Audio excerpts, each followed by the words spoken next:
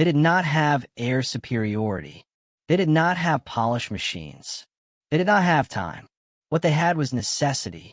In June 1941, the Soviet Air Force was shattered on the ground. Entire airfields burned before their pilots could even take off. Aircraft were lost faster than factories could replace them. Yet from frozen runways outside Moscow to the burning fields of Stalingrad, the Red Air Force rebuilt itself under fire. This is not a story of elegance or comfort. This is a story of survival, mass production, and brutal efficiency. From fragile pre-war designs to armored flying tanks, this is the complete aerial arsenal of the Red Air Force in World War II. Early war fighters, the Shattered Shield. Polikarpov I-15, the last biplane. Even before the war began, the I-15 was already a relic. An open cockpit, fixed landing gear, and fabric-covered wings placed it firmly in another era. Yet in Spain, in the opening months of Operation Barbarossa, it was thrown into combat against modern German monoplanes. Its agility allowed skilled pilots to survive, but its lack of speed and protection made losses inevitable. The I-15 did not win the early air war. It merely delayed defeat long enough for something better to arrive. Polikarpov I-16, the revolutionary. The I-16 shocked the world when it first appeared. Retractable landing gear, enclosed cockpit, monoplane design. For a brief moment, it was ahead of its time. But by 1941, it was hopelessly outmatched by the Messerschmitt Bf 109. Still, I-16 pilots fought alone in the opening hours of the invasion, launching desperate intercepts against overwhelming odds. It became a symbol of the Red Air Force's isolation, brave, innovative, and overwhelmed. MiG-3, the high-altitude interceptor. Fast, sleek, misunderstood, designed to intercept bombers at extreme altitude. The MiG-3 excelled where few battles were actually fought. On the Eastern Front, combat happened low and fast, exactly where the MiG struggled. Yet above Moscow, in the thin winter air, it finally found its purpose. There, it hunted German reconnaissance aircraft and bombers, defending the capital when it mattered most. Mid-war fighters, the red turning point. Yak-1, the rebirth. The Yak-1 represented a fresh start. Lightweight, agile, and forgiving to inexperienced pilots, it was designed for rapid production and frontline conditions. It lacked luxury, but delivered reliability. For the first time, Soviet pilots had a fighter that could meet the Luftwaffe without immediate disadvantage. Yak-7, the workhorse.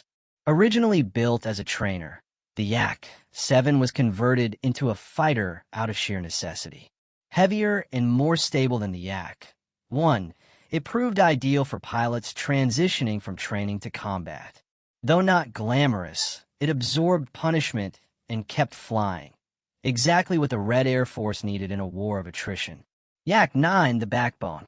The Yak-9 became the backbone of Soviet fighter aviation. Produced in massive numbers and adapted into countless variants, it served as an escort fighter, bomber interceptor, and even a tank hunter. By 1943, the Yak-9 was everywhere, reliable, familiar, and deadly in the hands of veteran pilots. Lag-3, the disappointment. On paper, the Lag-3 looked promising. In reality, it was heavy, underpowered, and unforgiving. Pilots bitterly joked its name meant varnished guaranteed coffin. Yet its failure was not wasted. The lessons learned from the Lag-3 directly shaped its successors, proving that even flawed designs had a role in Soviet survival. La-5, the answer. The La-5 was the answer the Red Air Force desperately needed. By replacing the underpowered engine with a powerful radial, designers transformed failure into success. At Kursk, La-5s met German fighters on equal terms, marking a decisive shift in air superiority on the Eastern Front. La-7, the hunter. By 1944, the La-7 represented maturity.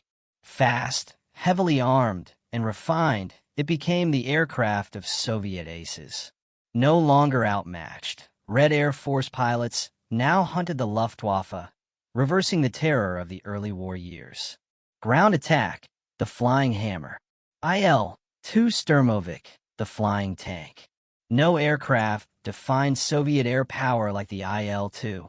Encased in armor, it was built to absorb punishment that would destroy other aircraft. Flying low over the battlefield, it shredded tanks, artillery, and infantry columns. German troops feared it so deeply they gave it its own name, the Black Death. Il-10, the final evolution. The Il-10 refined everything the Il-2 had pioneered. Faster and more maneuverable, it arrived too late to change the war, but represented the perfected form of Soviet ground attack doctrine. Aircraft built to survive where no aircraft should. Bombers, the blunt instrument. SB-2, the fast bomber. When introduced, the SB-2 was revolutionary. By 1941, it was obsolete, yet it continued flying missions through the war's darkest days, suffering heavy losses while striking German positions deep behind the front. PE-2, the precision tool. The PE-2 was fast, accurate, and versatile. Used as a dive bomber, reconnaissance aircraft, and level bomber, it became the Red Air Force's most effective medium bomber. Precision, rare in early Soviet aviation, became its defining trait. Tu-2, the breakthrough. Delayed by politics and production setbacks, the Tu-2 arrived late. When it finally entered service, it proved devastating. Fast, durable, and capable of heavy payloads, it stood among the finest bombers of World War II. Transport and utility, the invisible lifeline. Li-2, the Soviet Dakota. Built under license from the American DC-3, the Li-2 became indispensable. It dropped paratroopers, evacuated wounded soldiers, and supplied encircled armies. While rarely celebrated, it kept the Red Army moving when roads vanished under snow and mud. P-2, the Night Witch. Simple, wooden, slow. Yet at night, the P-2 became unstoppable. Flying low and quiet, its crews harassed German troops relentlessly, denying them sleep and morale. Few aircraft earned fear through persistence alone. Reconnaissance and maritime. B-2, the Coastal Watcher. Used for patrol and light bombing, the B-2 guarded Soviet coastlines in relative obscurity, ensuring early warning and maritime security. MBR-2, the Flying Boat. Outdated but essential, it performed rescue missions, transport flights, and patrols over icy waters, quietly supporting operations far from the front lines. Lend-Lease Legends, Borrowed Wings. P-39 Airacobra. Rejected by Western allies, embraced by Soviet aces. Its heavy cannon and low-altitude performance made it perfectly suited for Eastern Front combat. Some of the highest-scoring Soviet pilots achieved their victories in the Airacobra. P-40 Warhawk. Not glamorous, not dominant, but reliable. It filled gaps when Soviet factories could not, ensuring continuity in the air war. A-20 Havoc. Fast, tough, and adaptable. The A-20 became a favorite for low-level strike missions, perfectly matching Soviet tactical doctrine. The dawn of the future. Yak-15. Primitive, but symbolic. With a jet engine bolted to a familiar airframe, it marked the transition from propellers to jet exhaust, the future arriving before the smoke had cleared. The Red Air Force did not win with elegance. It won with adaptation, with production, with pilots who learned in combat and survived through resilience and relentless pressure. From canvas wings to jet engines, these are the aircraft that clawed victory from catastrophe. Which of these aircraft do you believe truly turned the tide on the Eastern Front? Let me know in the comments.